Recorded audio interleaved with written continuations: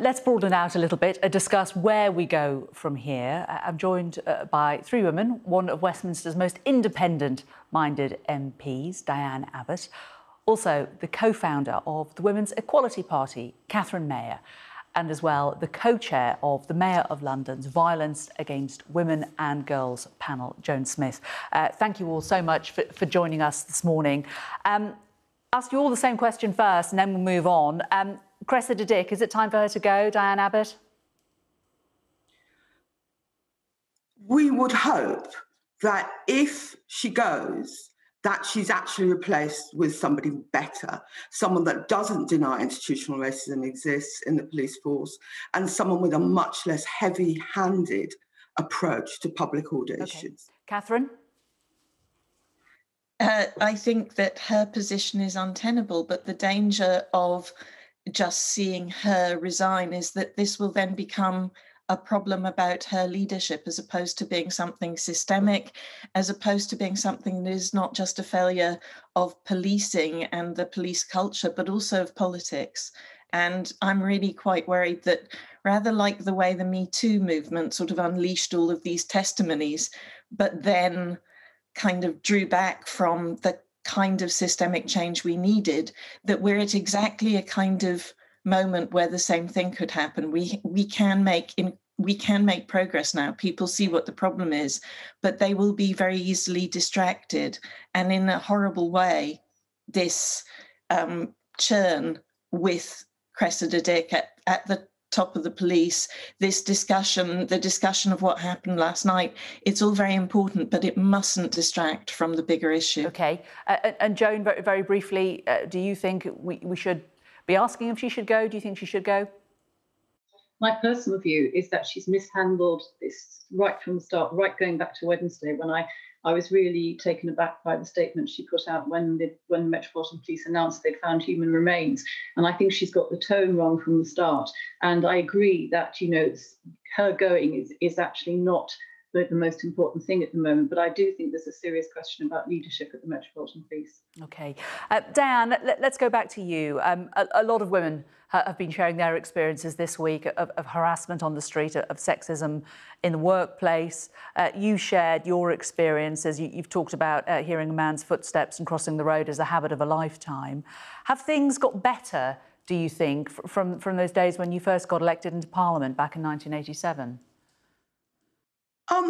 Just on the Cressida Dick question, I think it's important to remember that the local police in Lambeth wanted the peaceful vigil to go ahead, were willing to work with the organisers. It was Cressida Dick and people at Scotland Yard that insisted on banning it altogether when everybody knew people would turn up anyway. So she does have questions to answer. Okay. In relation to experience of harassment on the street, I think in some ways it's got worse because what you've got is the online world, which feeds hostility and violence against women. And I was struck when I started to think about it, how much I had always taken it for granted that the potential for violence by men on the street was just something that you had to guard against by crossing the road. Catherine, do you think there is a link through all of this with what you were trying to do with Women's Equality Party, fighting for equality, equal pay, equal representation, this low level of misogyny? Do you think that is the root of the problem, that then feeds into the broader picture? Absolutely. I mean, one of the things we've been seeing in the pandemic, the ways in which inequalities of all kinds are laid bare. The people who were already vulnerable have been made more vulnerable. It has been gendered in its impacts. It has hit people of colour harder. It has hit people with disabilities in different and harder ways. And what you see play out now with this and with this whole discussion, in fact, is as what we're all trying to talk about is the endemic nature of this and the fact that it has not been tackled. It is never tackled. It always, you'll see tinkering about the edges, but it isn't treated like terrorism or as a form of terrorism as something that is absolutely central and that is linked to all these different sort of cultural strains, to an education system, to forms of inequality that feed back into this and amplify it. And so what you need to do is, in a moment like this where you can see those mechanisms, you need to lay them bare, and you need to look for leadership. But, you know, in the political sphere, I keep saying that there are these excellent women like Diane who have been working for years trying to push this up the agenda, and yet it doesn't happen. And yet here we are at our age seeing it in many ways, as Diane said, getting worse, not better. So this is a question about priority. This is a question about understanding the ways in which all of those different inequalities make this not just tragic, but tragically inevitable.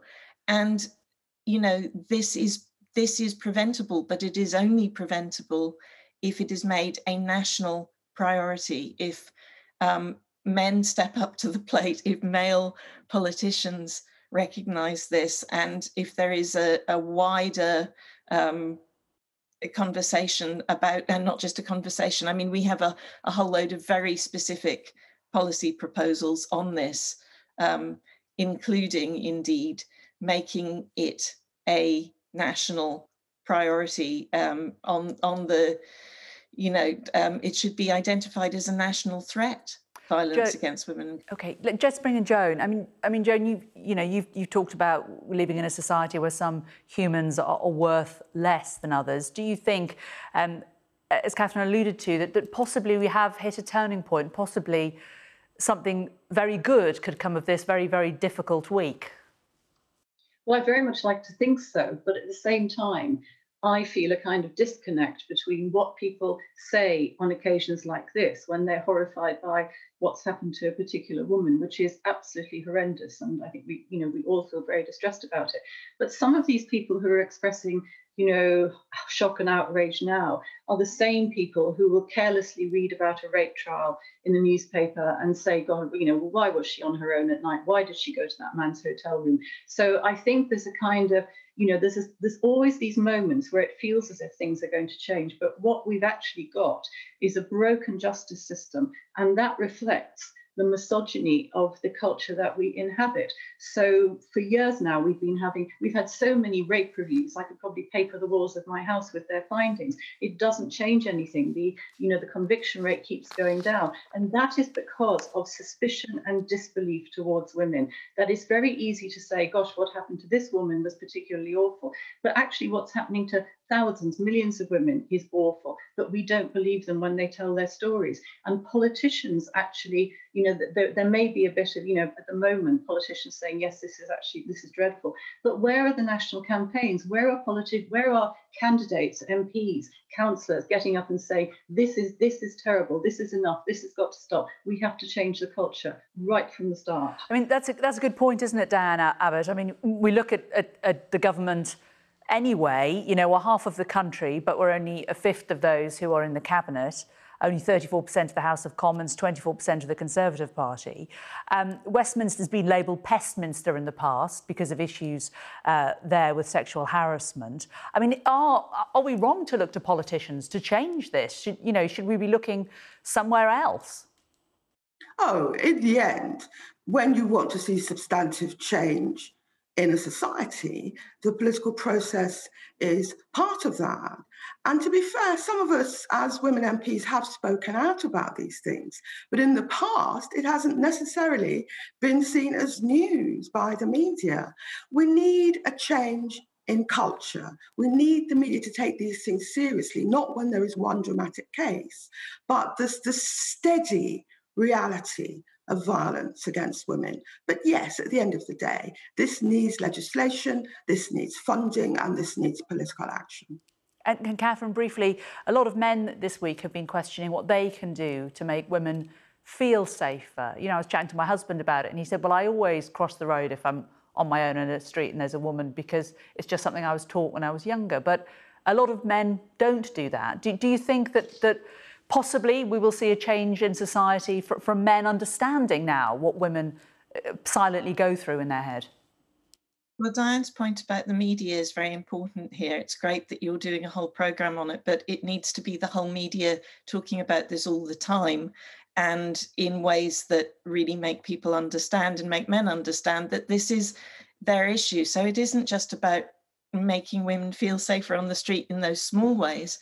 It's about understanding this as a daily experience for women that disfigures the whole of society, you know, that whole kind of thing about not all men trending again. And, you know, the point is, it may not be all men who commit violence, but it is all women, and it is all men for whom this is an issue too. I mean, one of the most bizarre things is seeing people seeking to minimize the experience of women by saying that more men are murdered than women. Yes, by men, 96% of murderers are men. It is a problem for men, and it needs to be seen as one that is for men to step up to the plate and solve. So the awareness that you're talking about is really important, but it goes way beyond this. This is a time for men to actually understand that it is in everybody's interest for them to tackle the problem of male violence. And Joan, just last thought from you. You referred to all the different reports that have been carried out into violence and how you could have wallpapered your home with them. Suzanne Moore, funnily enough, this week said that misogyny is the wallpaper that we live with. Do you have any real hope that society will change? Only if we can keep this going. And if men ask themselves questions like, it's not just what do I do if I'm walking down a dark street and I don't want to frighten a woman. It's also what happens when your friend makes a really nasty rape joke or says something demeaning about women that nobody else overhears. Do you act on that? I think, you know, men have to look at their own private behaviour as well and ask themselves, you know, are they tolerating a degree of misogyny, which I'm afraid I've been writing about for most of my adult life. And, you know, it's disappointing that we are still here. But I do think it's up to men to look at their own attitudes, the attitudes of their friends and family, as well as, you know, talking about what happens in public. Joan Smith, Catherine Mayer and Diane Abbott, thank you all very much for joining us for this special programme.